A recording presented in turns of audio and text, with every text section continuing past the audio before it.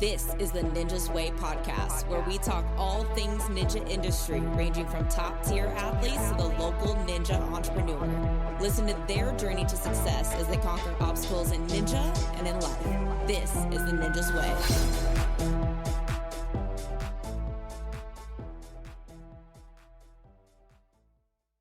We have Daniel Gil on with us today.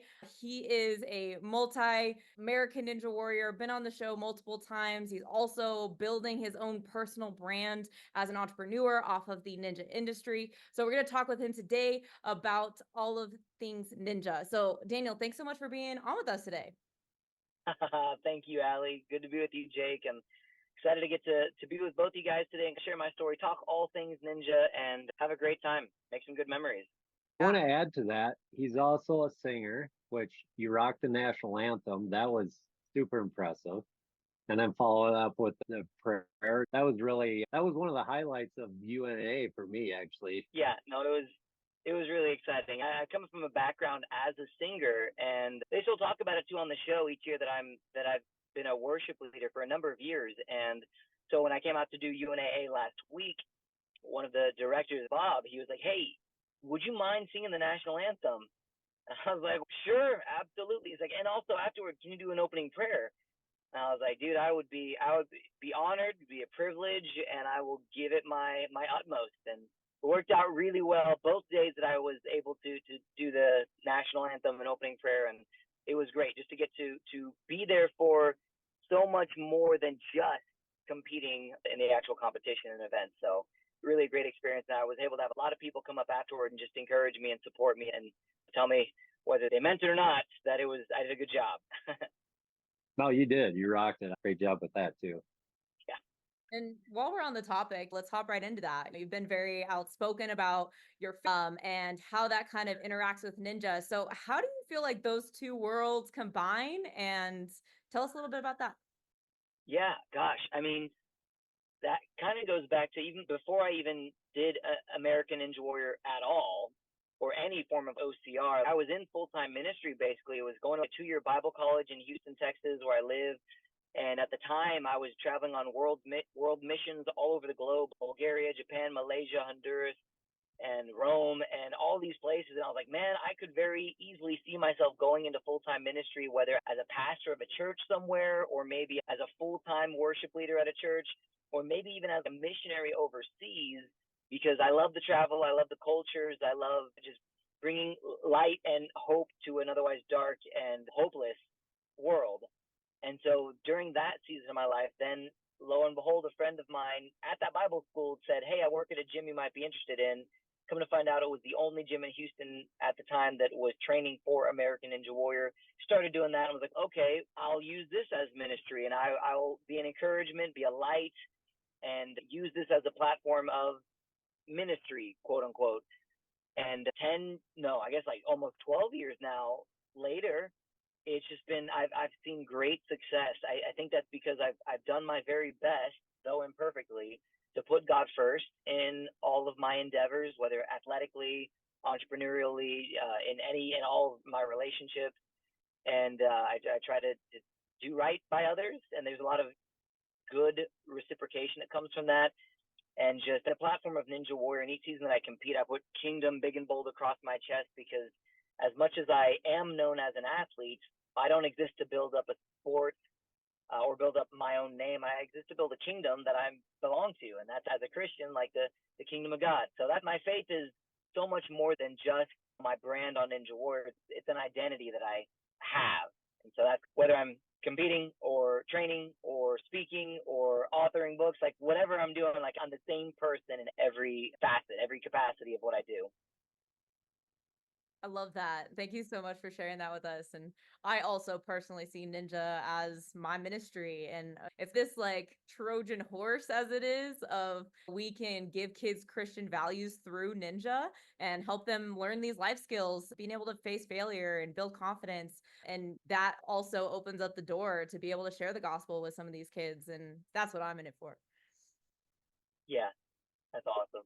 But you might be you might have, you were part of setting that culture in Ninja, because being in Ninja, like, it's a really supportive community. So you saying, 12 years into this, I've been in it for over 10, like, you literally have helped develop that culture of just the whole Ninja community is super supportive, no matter what gym you train at, what level of Ninja you are.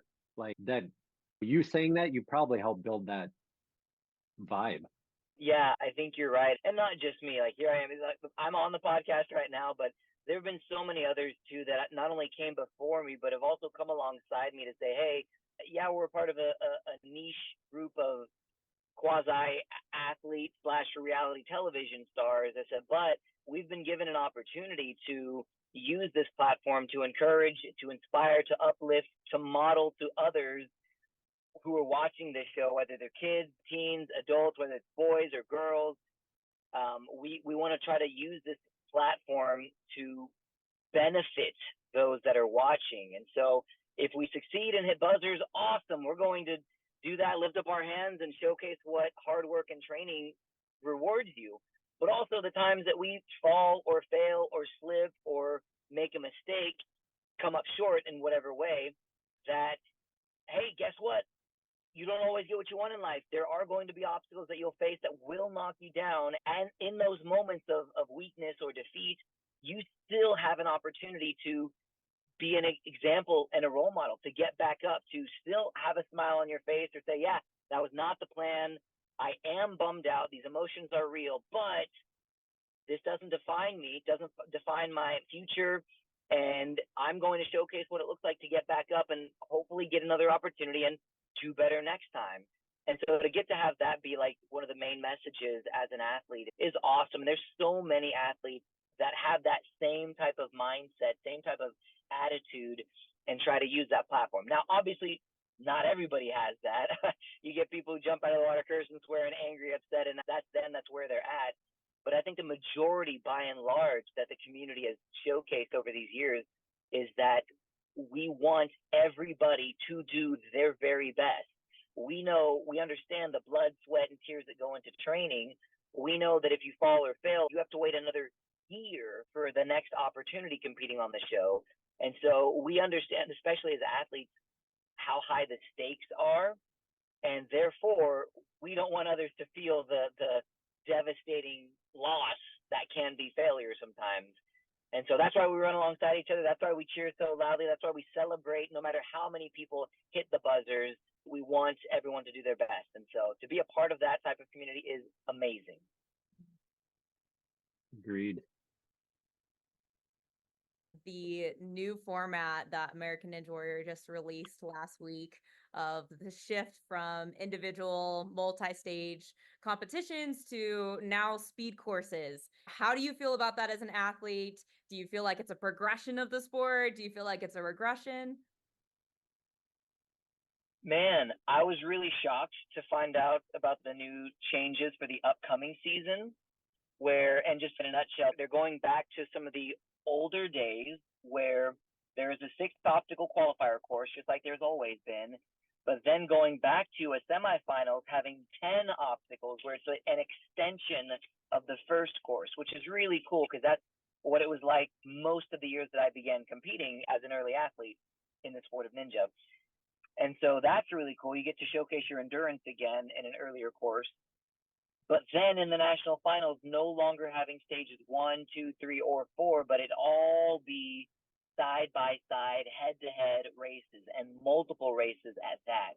And so I think in a lot of ways, it's the best of both worlds in a sense of different styles of courses. You get your technical qualifier course that's a little pumpy.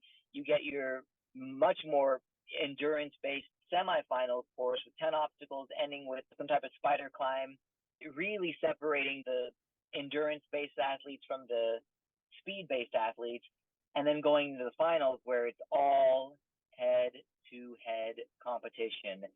And the way that they described it was an homage to a bunch of the days gone by when it comes to ninja, like bringing back a bunch of fan favorite obstacles, putting them in these speed courses, and with the inclusion of obstacle discipline, or ninja as we know it, in the 2028 Olympics, Right now, the future of the sport looks like speed courses.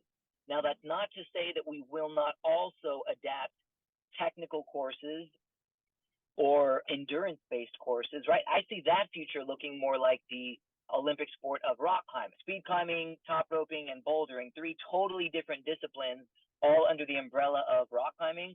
I see very much the future of ninja or obstacle discipline being almost identical. We've got speed courses, technical courses, and then endurance-based courses.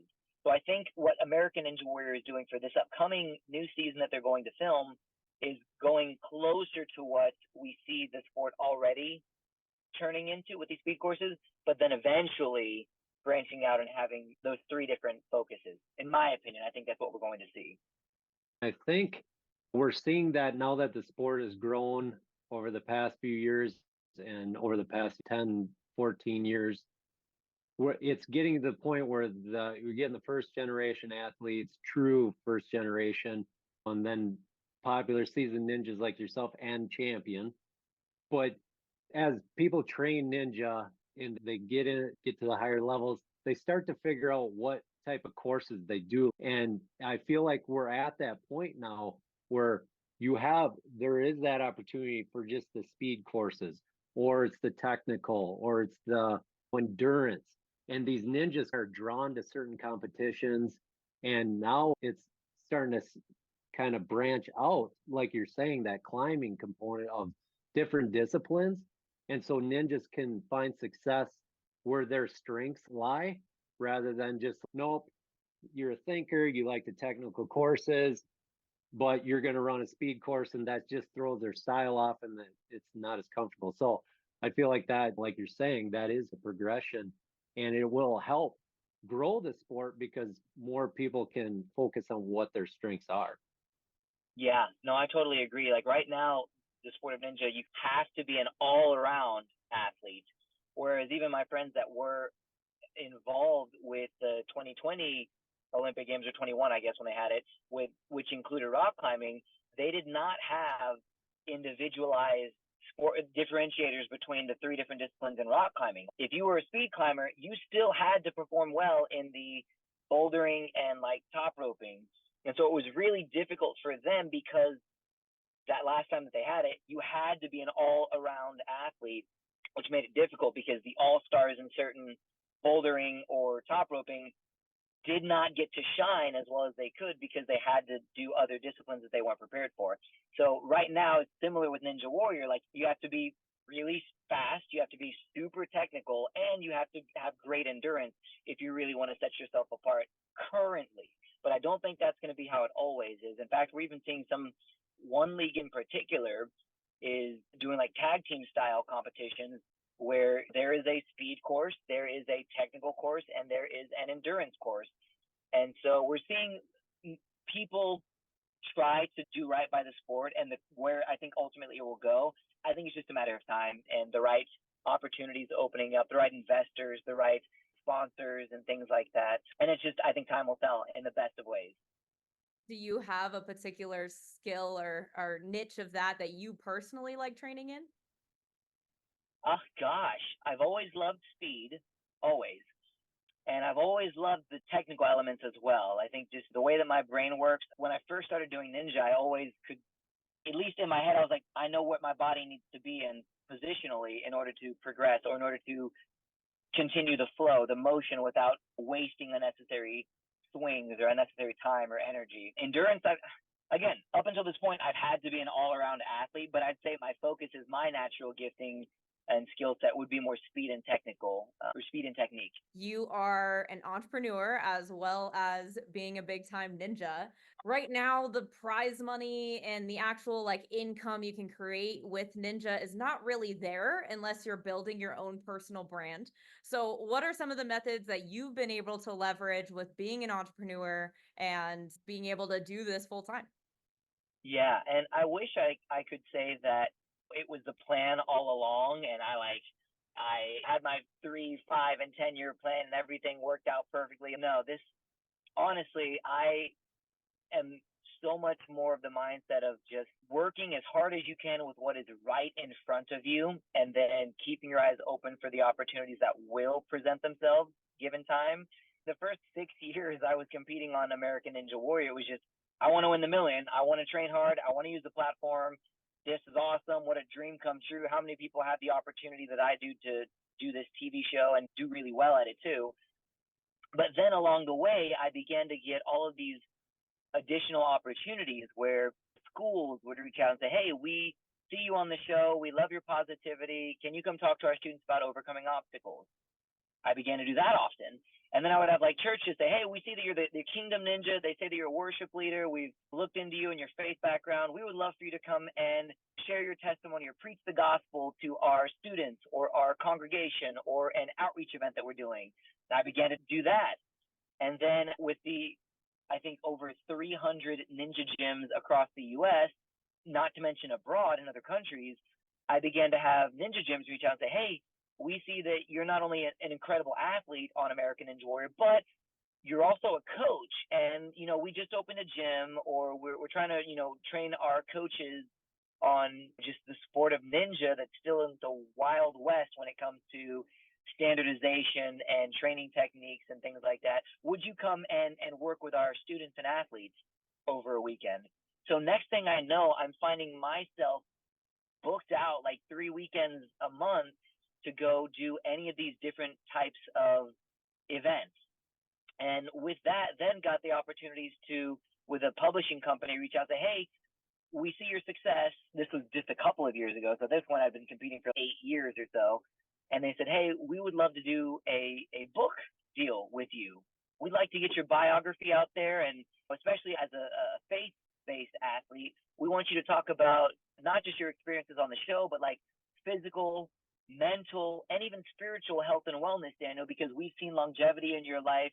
We've seen just consistency in your life. We've seen just a genuine, sincere person that you are. And we would like to get behind you in that way. So next thing I know, as I'm simply doing what I felt that God gave me the strength and the ability and the favor to do, to come back each season and compete at the highest level, I began to just see other opportunities open and not shy away from them, but say, okay, like my vision has room to grow, and not just as an athlete, but as now an entrepreneur, creating content and resources that encourage, inspire, uplift, and point people to something bigger and greater than themselves, namely the kingdom of God. I love that. And it's multifaceted, right? It's just saying yes to that open door and walking through that opportunity led you to the next set of open doors. Some people can call it coincidence. I would call it divine intervention. Yep. And I'll say that I'm one of a few anomalies on the TV show of being able to make my life and career out of competing.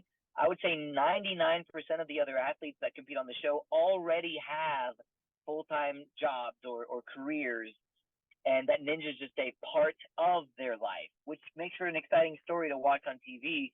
I'm one of a few ninjas that have, I guess, for lack of better wording, just gone all in with ninja, and then just have been able to build a platform off of the television show, which is really cool because, again, when you're working with reality television, there's no guarantee, one, that you'll get accepted each year, two, that you'll get shown or featured, shown much less featured on the actual show, because so many people have competed many years but don't get the same airtime, haven't had as much success, or maybe they were just like, while you were away, a few other ninjas tackled the course and they all fell at some point.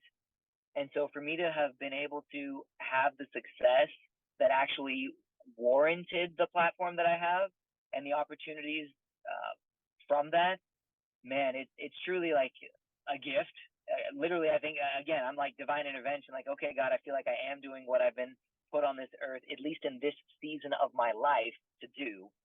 And so it's really cool. There's a few other ninjas that have been able to break through like I have, but for the most part, ninja is just like a side hobby for athletes who are passionate about the sport. I would argue, Daniel, you worked hard, you created what you have, and the divine intervention piece, and also hard work, dedication, and actually doing it for a purpose rather than just like you talked about is you do ninja you'll get that $1 million. That's definitely incentive. But knowing you from outside of this podcast, seeing you work with other people in the ninja realm, you are dedicated to growth of people, the sport, and by default, you yourself and your brand grow with it. It's a selfless act, is what I'm saying. Clearly, you need to support your family and do all that, but being one of the original and true professional ninjas, now that building on that question, you're traveling, you're doing a lot of this. How does that work with your family? Any more kids and it'll start to get complicated. Yeah. But right now, I promised my wife, and even more importantly than that, I promised the Lord, I was like, God, I will never sacrifice my family on the altar of ministry. Meaning, and not just that, but even business. I told my wife, I'll never sacrifice you or any of our future children in the name of business or provision. And because of that being said, almost 9.5 times out of 10, when I do events, I take my wife and now my daughter, Isla, I take them with me everywhere that I go. There's probably in the almost 8 years that we've been married, less than a handful of times, maybe less than 6 times, that Abby, my wife, has not gone with me on all of my events. Now, it is costly. Like I pay to take her with me. There's a few times that the ministry organization or church or Ninja Gym will say, hey, no, of course, it's a package deal. We want to bring your wife too. And so we'll just let her stay in the room with you and we'll cover the plane ticket. That's awesome. That's a huge blessing and never anything that I expect or ask for. I've just made the commitment to say, I'm going to bring my wife. I'm going to bring my daughter. And it's worked out. It's worked out really well in a sense that some people see it just as dollar signs. Oh, but it's so much more cost effective if you just stay home for this weekend or these 5 days or however long. But for me, I was like, no, if I'm going on an adventure, man, who better to go on this adventure with than my best friend? And not only that, but being a man that I want to live my life above reproach in a sense of I don't ever want to be or find myself in a situation that is, whether it's tempting or whether it is just my word against someone else's word or anything like that. I don't ever, I want to have someone with me present that's on my team, on my side, so that as I continue to navigate the space of the very in-your-face reality television, oh my God, this tabloid Daniel Gil Ninja Warrior was found here doing that with what I don't ever want anything like that. And so because of that, I have all the more reason to have people with me. You hear about celebrities, again, I'm not putting myself in that same category, but celebrities that like have handlers with them at all times or like bodyguards to make sure that, hey, don't be stupid, don't go around there, make sure you cross your eyes or cross your T's, dot your I's, and just take care of business. I have that in my wife as well. She's also my manager too. So it helps to wake up each day knowing that my schedule is also being run by the woman that I trust more than anyone else walking this planet. Right. I wouldn't even call it a necessary sacrifice. It's a joy to get to even have the opportunity to afford to bring my wife and my daughter with me. So because of that, it's awesome. It's a family affair everywhere that we go. And because of that, it becomes a family affair everywhere that we are. All of my relationships also become my family's relationships. And I am so grateful for that. Yeah, I also work with my husband within the business, and that definitely comes with pros and cons, right? There's challenges to that. So, upon the entrepreneurial journey with doing it side by side with your wife, what challenges have you faced, or what successes that have maybe grown into your relationship even more because of that? Yeah, gosh.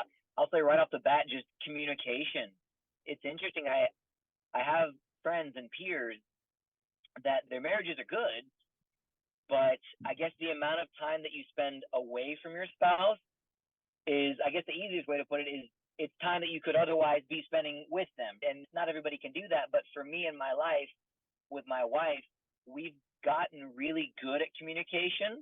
Not that we always like what the other has to say, but we've gotten really good at communication in a sense of knowing, hey, my goals are goals that you want to support, and your goals and your vision for this whole brand and our life is of the utmost priority and importance to me. And in order for either of us to succeed in our goals, we need the other person's help. And so we talk a lot.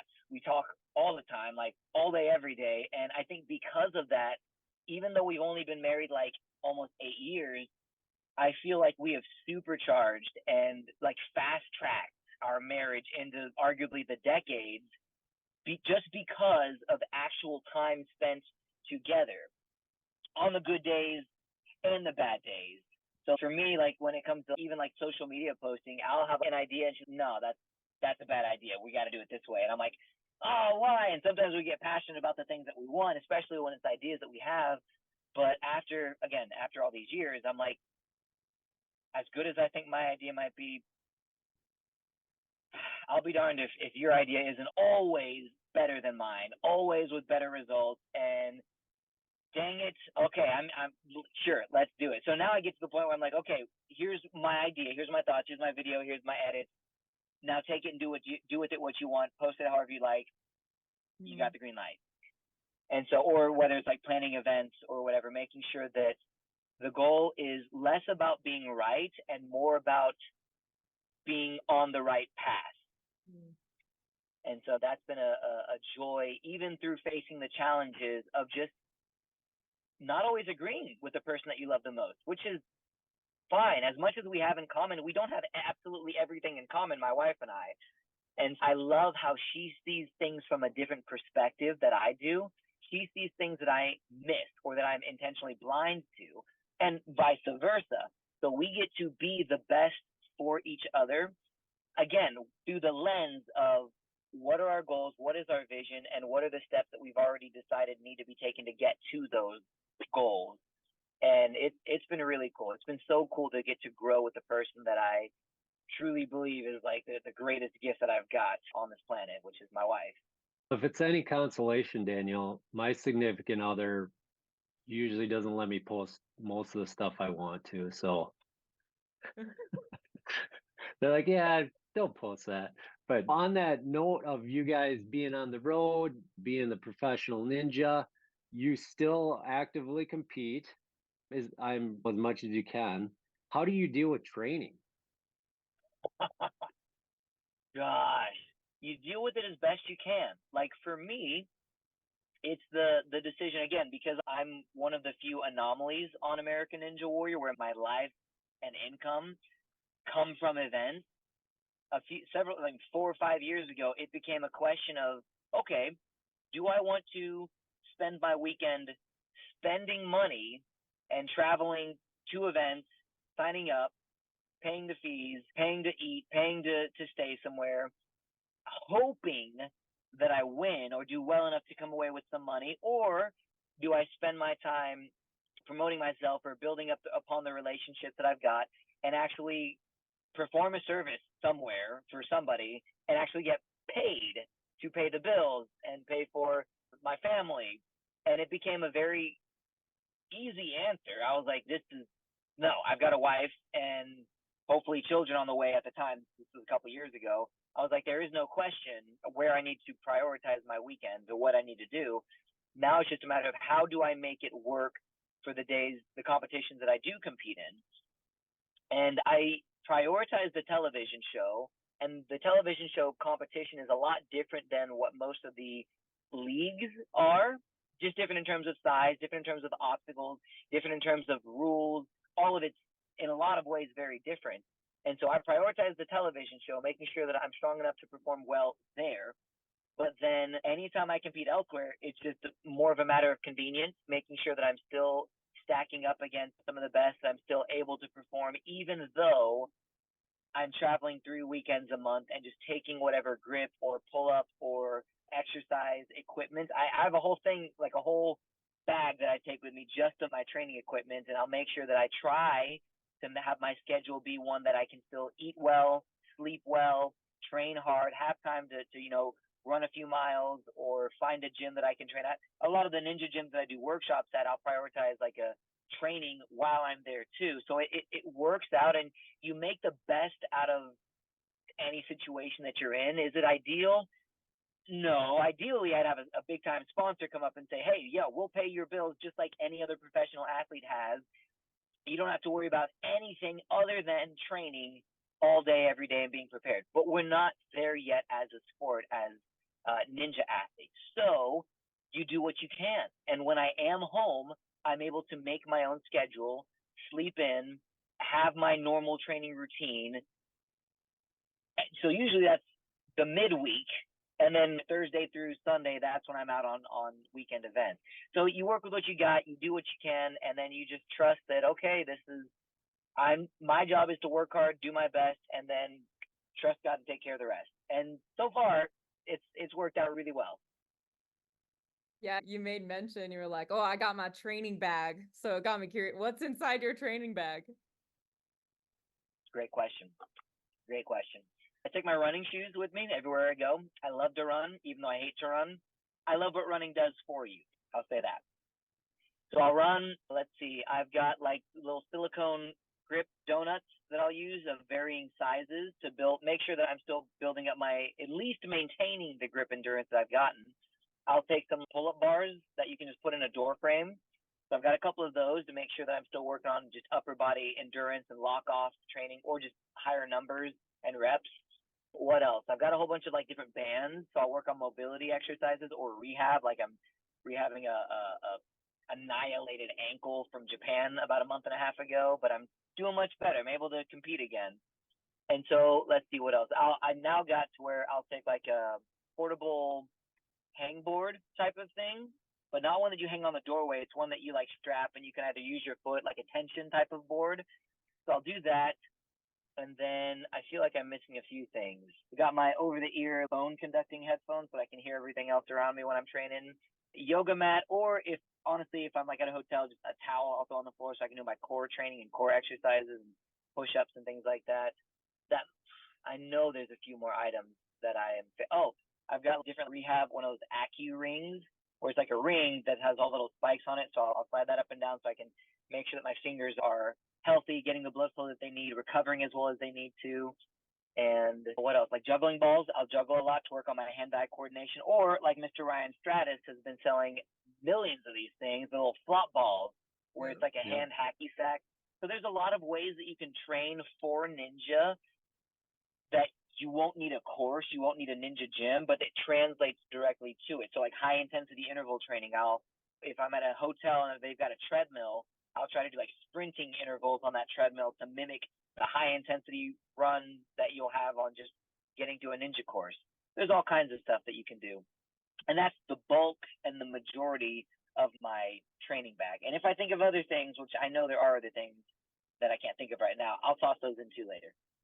It's ninja. It's always changing too. So. Yep.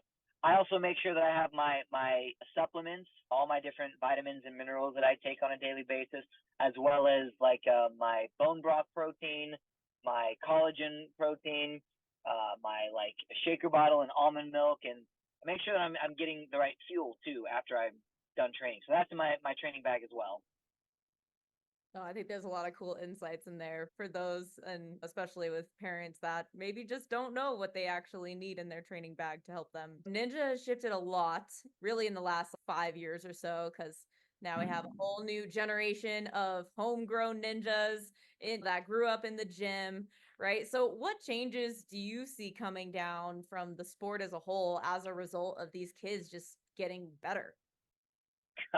The natural organic changes that are already happening. I see more standardization in terms of how to train well for the show, how to use whether or not you have access to a ninja gym, how to train for ninja just in your own home or at your own local gym, just different movements, different exercises, different mobility things that you can do. So I see the sport growing and changing in that way. And then I see right now just this next generation just being fearless in a sense of I see greater creativity when it comes to optical design based on these kids. I see greater levels of not just strength or endurance, but like technique on how to do these obstacles. You'll see like these viral videos with like the hook obstacles or flyaway regrabs or the ultra special delivery, like mail slot type of holds. And you're seeing these kids just nail them and get so good at these things. And whereas my generation, I'm like, I'll get that maybe once out of every 3 times I do it, but gosh, it's tough. And like, again, like with training, anyone can get there, but I think we're going to see an overall across the board raising of the bar for the next generation of ninjas in every sense of the word, or every sense of the sport. When it comes to speed, we'll see a raising of the bar. We'll see, even like the Olympics right now, these like 20-year-old gymnasts and 20-year-old athletes competing in the Olympics are decimating. Like these teenagers are doing an incredible job. And so they're just raising the bar. And I think that will always happen as any sport grows. So for Ninja, I think we'll see faster times on speed courses. We'll see more incredible movements on technical courses, and we'll see greater levels of endurance where they'll finish a crazy long endurance course and just like it was a walk in the park. They'll treat endurance courses like speed courses. Yeah. It is going to the next level, and you said it in there, like these younger ninjas, teens are just taking it to another level. And being a gym owner and gym builder, they'll come to me, coaches will come to me with, hey, can you do this obstacle, do this obstacle? I'm like, that's not even, no, because that's not ever going to get done. Nobody can do that. And then it takes 3 minutes and somebody does it. Oh, shoot, that's okay. So it's like, I can't even imagine, I can't even wrap my head around the obstacles that they want to be built. So it's like, it is going to another level. And you just see it even with the warped wall is a prime example, right? I think it started off on Sasuke at like 10, 11 feet or so. And now it's okay, the standard's 14, and then it was 14.5. And now you have a 20-foot wall, right? And these gyms are like, okay, I guess we got to build a 20-foot wall now because you got to have an opportunity to train on it. So just that evolution of these obstacles in such a short amount of time. Yeah. And again, they're seeing it on the TV show, but even outside of the TV show, you're seeing higher and bigger and more difficult versions of even existing obstacles. Yeah, like you were saying, like they went from the 18-foot mega wall to now the 18.5-foot mega wall. And so gyms, of course, are building 20, 21, 22, or 23. I think my highest is like a 23-foot warped wall. And I was like, we'll never see anything like this on the show. Hopefully. Getting close. Yeah. Daniel, on that same note, I don't know if you want to talk about this yet, or you are or not, but on that same vein of train equipment, stuff like that, you want to talk about shoes? Ooh, I mean, yeah, we certainly can. I'm wearing some right now, some of my Nike prototypes, which, long story short, I met a really cool guy at one of the filmings for American Ninja Warrior in 2019, and he was like, hey, man, I love the show. Would love to have you come visit the company that I work for, a little tiny hole in the wall called Nike. And I went there, visited with him and his family, salt of the earth, just some of the most incredible people that I've ever met. And he was like, hey, between you and me, everyone only wears New Balance on the TV show. And I worked for a company that is not New Balance. And would you ever be interested in designing a shoe with me? So here we are 4 years later and about 10 different prototypes to make the perfect Nike Ninja shoe. And it is awesome. I wore them last season and got the 18.5-foot mega wall, beat stage 4 Mount Midoriyama in them. And I was like, all right, I think these shoes are about as ready as they can be. Now, like any major company, there's a lot of red tape and a lot of meetings that have to go to take place because the shoes that we've designed were like a side project by one of the top designers who has a team and can do that. Now it's just a matter of getting all the boxes checked and saying, hey, this shoe isn't just for this niche, small sport of ninja, growing as much as it might be, but also we checked the boxes there. You could do indoor, outdoor cross training in them. You could do parkour, free running in them. You could shoot. You could do pickleball in them. You could do, the world chase tag in them. And also you can do Ninja Warrior, like indoor OCR in them. So now it's just, I've been a part of a couple conversations just to try to check as many boxes as possible so that they recognize the value in mass producing this shoe and getting it available to the public. So there's me and a couple of other amazing athletes that we're testing them. Isabella Wakeham and Addie Herman have some pairs, and super, super cool just being a part of the process, even going and actually seeing where the test products are made and checking out Nike World headquarters. And yeah, I understand that in the meantime, there's a bunch of amazing other Ninja shoes that have come out in recent years, like 3 or 4 like Ninja specific shoes, which is awesome. I think in a market like Ninja, that competition only grows everybody. It grows awareness of the sport. It grows the competitiveness of the sport. It gives people options. And so everyone's, oh my gosh, Daniel, your shoes, you've been working on them for so long, but you got to get them out now. And I'm like, 1, I have no control over that. And 2, what I do have control over is making sure that all my ducks are in a row, and that when the timing works out, that we've created a product that is worthy of the moniker of the Kingdom Ones or something like that. And so it's all good news. And I think that the sport is going to continue to grow at a pace that all of these new Ninja holds or equipment or gear of any kind will be able to keep up with. So very cool things ahead. And yeah, the Nike Ninja shoes, let me see if I can rip this off my foot right quick. Bada bing, bada boom. You might see these in a store Nice. near you in the very near future. So my prayer warriors out there, be praying that these things get through. Absolutely. So fresh, and sharing a little bit of details about that. I'm sure a lot of ninjas are going to be excited about something like that. Oh yeah. Oh yeah. Again, I think the market is so ready for so much. Like we just came from Anaheim, California just recently, and there's so many athletes from so many different countries that are just in love with the sport, love to see where the sport is going, how it's growing, and are all in, right? Yeah, absolutely. We'll end with this. What does ninja mean to you? Man, okay, Ninja to me, gosh, for me personally, I would say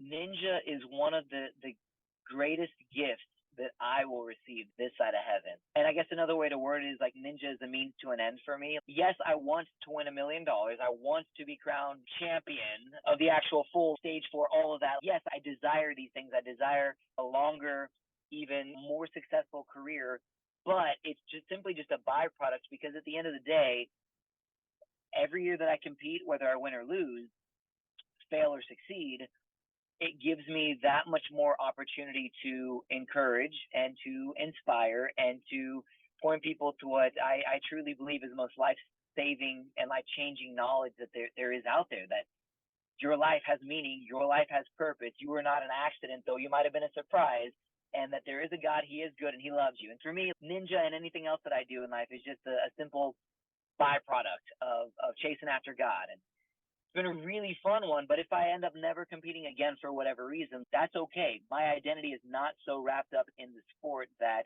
if ever I were to lose my ability to be involved in the sport, that I would lose my identity. That's not it at all. I feel like the sport has just been like a really cool gift along my personal journey of trying to find truth in this life, who I am, whose I am, my reason and my purpose. And yeah, so what Ninja means to me is that it's a means to an end, and it's a really exciting gift that I get to enjoy for as long as I am able to.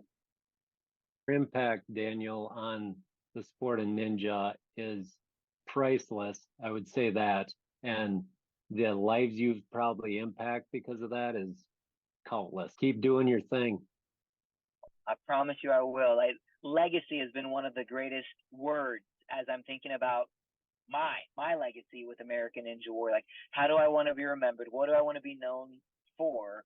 And because of that's the lens that I do everything in Ninja Warrior. Like, I'm not so caught up in the moment that I fail to see the forest for the trees. I want every single thing that I do to be done with intention and to be done with vision.